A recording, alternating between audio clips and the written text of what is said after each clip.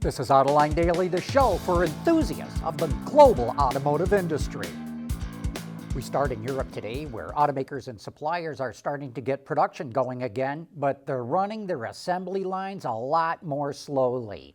Renault, PSA, and FCA are restarting most operations, and Volkswagen called back 8,000 workers to its main plant in Wolfsburg, Germany. Production's running slow because the supply chains are slowly ramping up, but it's also because sales are way down and automakers don't want to end up with a pile of unsold inventory. In France, Michelin never really stopped making tires for essential vehicles. That includes ambulances, farm equipment, and heavy trucks. Michelin is getting a lot of resistance from French unions, which accuse it of being more worried about the price of its stock than in its worker safety. But Michelin points to the lessons it learned in China. It restarted production there in February using masks, temperature checks, social distancing, and disinfecting workstations. None of its 8,000 Chinese employees have caught the virus since coming back to work. And Daimler says that its sales in China are starting to stabilize now that the lockdown there has ended. It sold around 50,000 vehicles in March, which isn't too far off its average monthly total from last year. In 2019, Daimler sold nearly 700,000 vehicles in China, which accounted for nearly 1/3 of its sales. Now to the U.S., where Ford is calling back skeleton crews to do the prep work to get its factories going again. The crews are salary and hourly people who volunteered but are paid, and they'll go through a strict safety regimen to protect them from the virus. Even so, the UAW is very concerned. 25 UAW workers have died from COVID-19 since the end of March. Ford and GM say their plants are closed indefinitely, but Roland Berger reports that next week, Volkswagen, Hyundai, Honda, Toyota, BMW, and FCA are scheduled to resume production in the U.S., and that's going to put enormous pressure on GM and Ford and the UAW to not be left behind.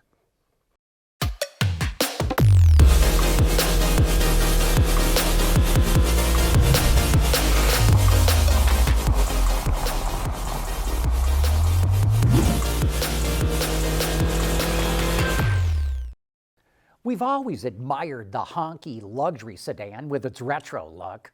Honky is the brand that's owned by Chinese automaker FAW. It's been around since 1958, and it's known for large luxury sedans used by top government officials. Now, Honky is joining forces with Silk EV to make sports cars.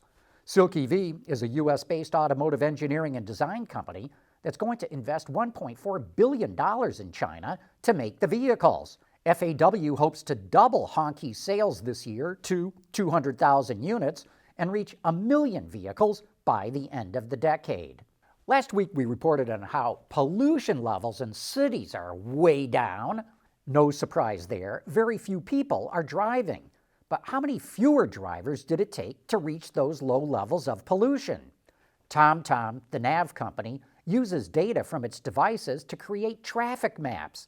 Here's a typical one from the city of Milan before the coronavirus outbreak. The darker the line, the more traffic there is. And the red is where vehicles had to stop.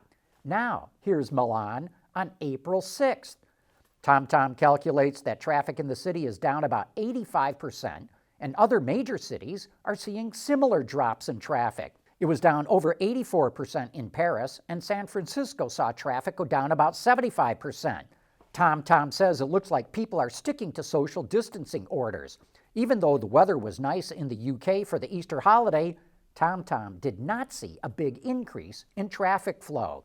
And many of those people who are not driving are parents who are looking for new ways to help the kids pass the time.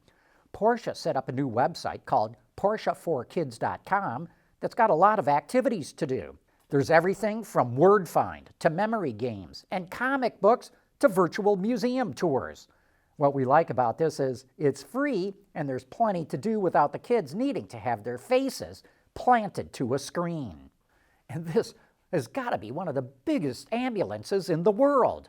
Daimler Bus converted a Citaro intercity bus to transport COVID-19 patients. It took 3 weeks to build. It's got 4 intensive care beds with ventilators, monitors, various other devices, and even lights and sirens. A German hospital is going to supply the medical staff, and a public utility company is going to provide the drivers and maintenance personnel. The German Red Cross will use the giant ambulance for the next 6 months. Audi just introduced the plug-in hybrid version of the A6 station wagon. Officially called the A6 Avant TFSI E Quattro. Wow, what a mouthful that is.